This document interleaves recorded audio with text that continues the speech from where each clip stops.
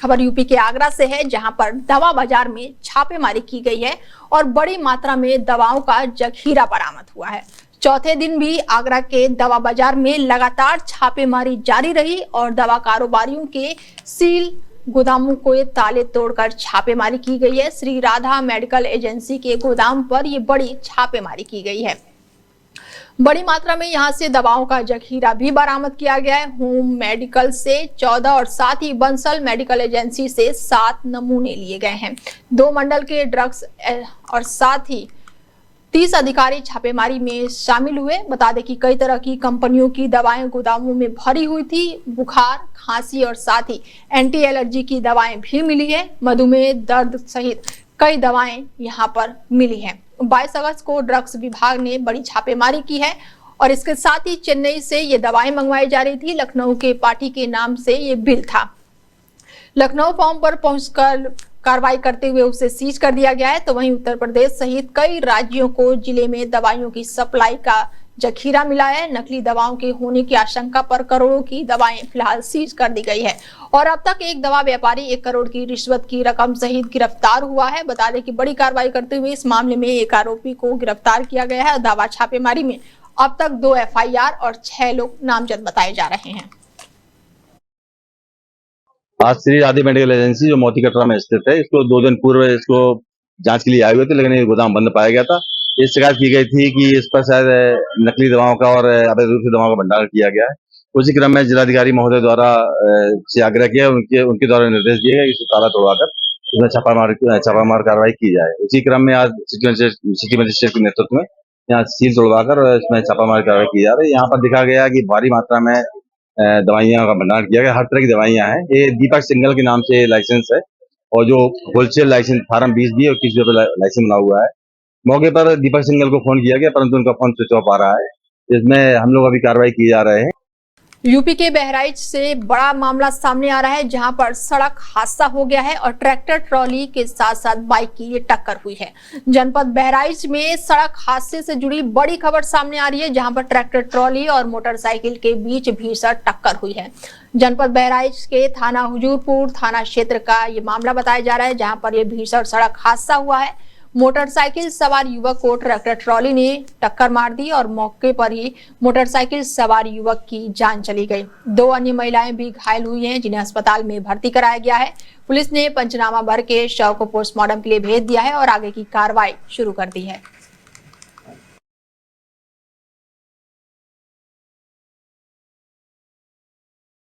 खबर यूपी के बलिया से है, जहां पर आज भूमाफियों से जनता परेशान है। जहां भूमाफिया मृतक से जमीन की रजिस्ट्री करवाते हैं। बलिया के बांसडीहा रोड थाना क्षेत्र में चौंकाने वाला मामला सामने आया है। बता दें कि पूरे गांव में 8 से 10 लोग अपनी फरियाद लेकर जिलाधिकारी के पास पहुंचे थे और जिलाधिकारी से अपनी फरियाद लगाई कि गलत तरीके से उनकी जमीन उसी के गाँव के ही एक भूमाफिया अपने नाम जमीन रजिस्ट्री करा लेने का दावा ठोक रहा है। वहीं पीड़ित ने आरोप लगाया है कि तहसील में बड़ा फर्जीवाड़ा हो रहा है। तहसील में तहसीलदार बड़े बाबू और RK द्वारा ये सभी भूमाफियों से मिले हुए हैं।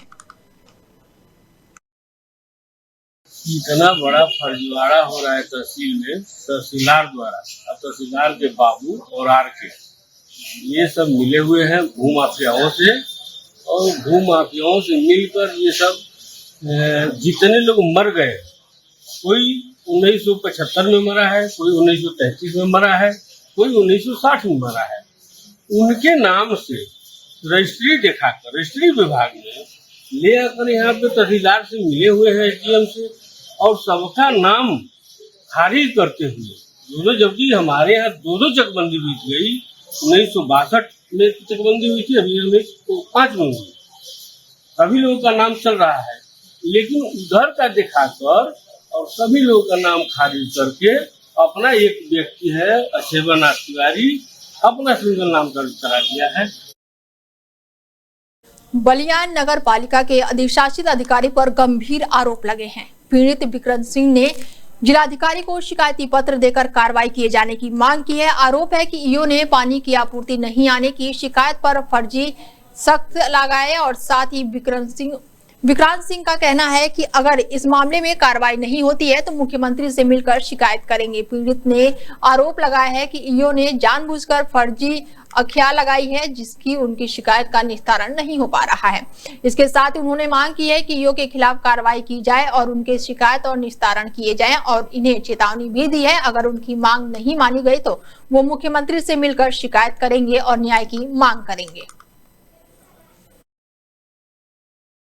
जो मुख्यमंत्री द्वारा मुख्यमंत्री पोर्टल और 1076 नंबर और IGRS जो शिकायत के लिए बना हुआ है पोर्टल, इस पे हम शिकायत किए थे। हमारे वार्ड में पानी नहीं आ रहा था, गली भी टूटी फूटी है, उसके लिए भी अलग शिकायत किए थे। तो ये सब शिकायत का निस्तारण तो हो नहीं पाया।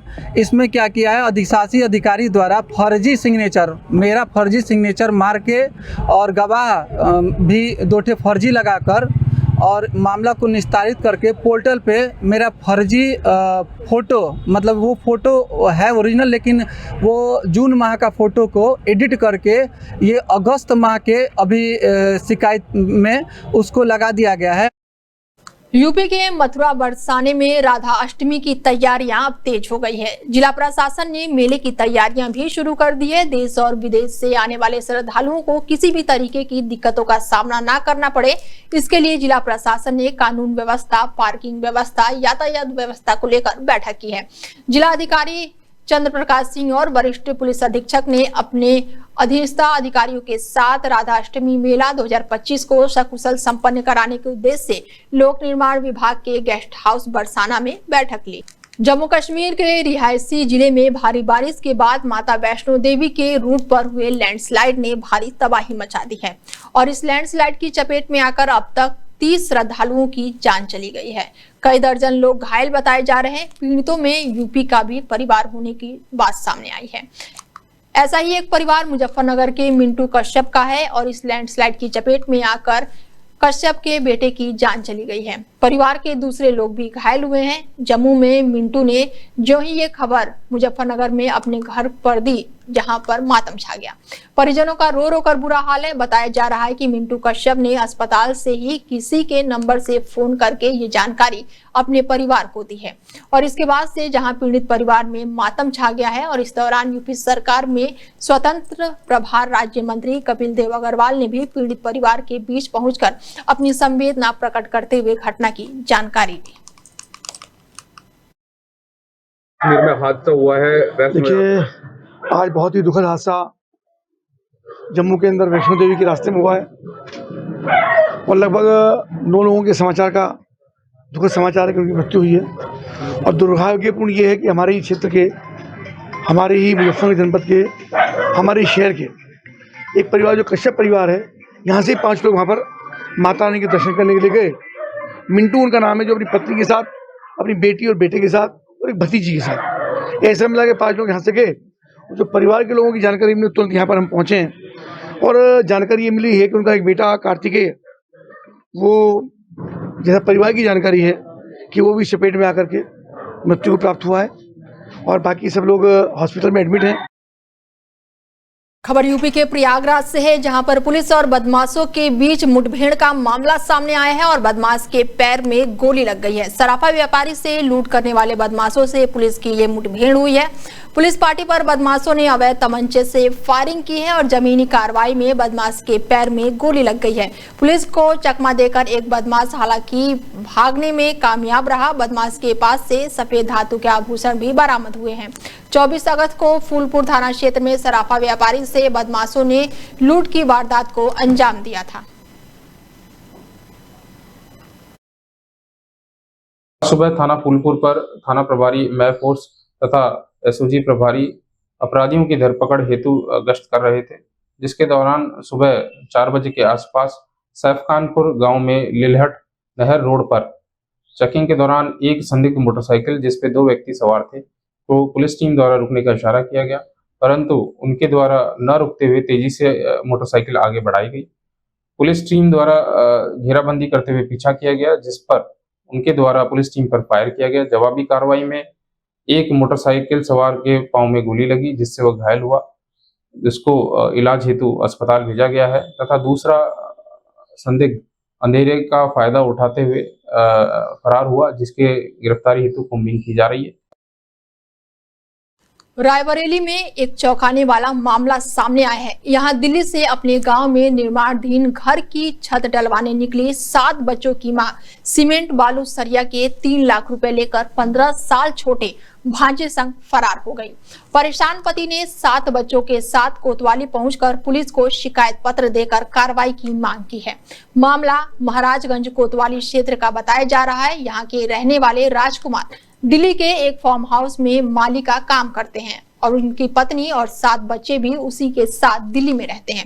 राजकुमार की पत्नी यहाँ गांव का मकान बनवाने के बीच आई और इसी बीच गांव आने जाने के दौरान बाराबंकी के हैदरगढ़ में ब्याही पति की बहन का बेटा उदयराज आता जाता रहता था और उसी दौरान राजकुमार की 35 वर्षीय पत्नी ललिता को अपने सगी ननद के 15 साल के छोटे बेटे से प्यार हो गया। 2 अगस्त को राजकुमार ने निर्माणाधीन मकान की छत डलवाने के लिए पत्नी मालती को 3 लाख रुपए देकर दिल्ली से घर भेजा था और गांव जाकर छत डलवाने की सामग्री की व्यवस्था जुटाओ। राजकुमार ने कहा था कि हम छुट्टी लेकर बच्चों के साथ आएंगे। 1 सप्ताह बाद राजकुमार ने गांव में भाइयों को फोन करके जानकारी ली कि छत डलवाने का सामान आया कि नहीं। उस दौरान उसे पता चला कि उसकी पत्नी ललिता गांव पहुंची और न ही छत डलवाने के लिए गिट्टी और सरिया घर पहुंचा। परेशान पति ने अपने सगे संबंधियों को फोन करना शुरू किया तो पता चला कि उसकी पत्नी ललिता बाराबंकी जनपद के हैदरगढ़ कोतवाली क्षेत्र के गांव के निवासी 22 वर्षीय भांजे उदयराज के साथ जा रही है। परेशान पत्नी कुछ रिश्तेदारों के साथ लेकर भांजे के घर गया तो पत्नी ने कहा कि हमने भांजे उदयराज के साथ कोर्ट मैरिज कर ली है, अब हम उनके साथ ही रहेंगे। बच्चों की बात करने पर पत्नी ने कहा कि बच्चों से हमारा कोई लेना देना नहीं है।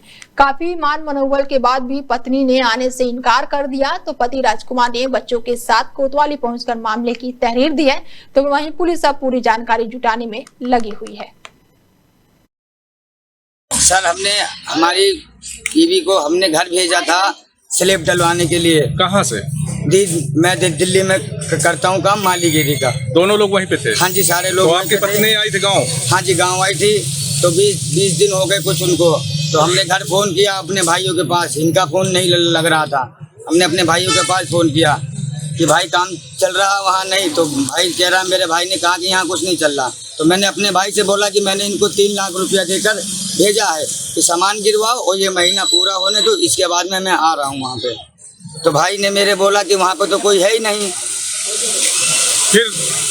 फिर हमारे भाई ने बोला वहाँ पे कोई है नहीं। फिर उसके बाद में हमने इधर उधर से पता करा, रिश्तेदारियों में पूछा तो मालूम हुआ कि वो देवैचा में रह रही हैं भांजे के साथ। सहारनपुर मंडल में 14 अगस्त 2025 से ऑपरेशन सवेरा अभियान चलाया गया, जिसका उद्देश्य है नशे के अंधकार से जीवन के उजाले की ओर।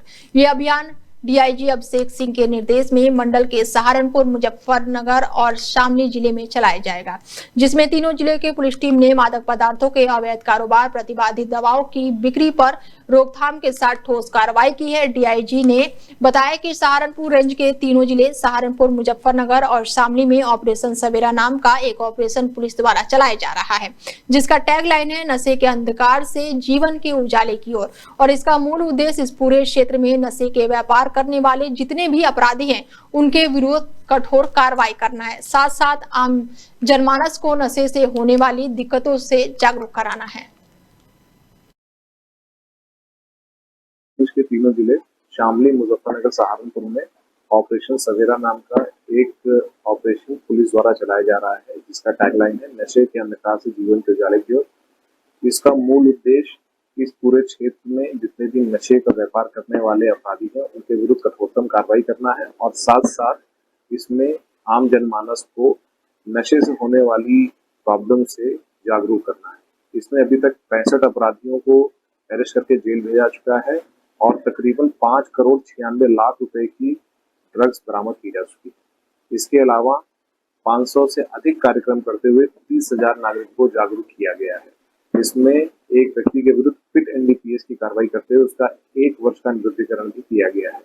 इसमें कंटिन्यूसली हमारी कार्रवाई जारी है और इसमें मेन सरगनाओं को चिन्हित करते हुए उनकी प्रॉपर्टी सीजर्स की कार्रवाई नेक्स्ट लेग में की जाएगी।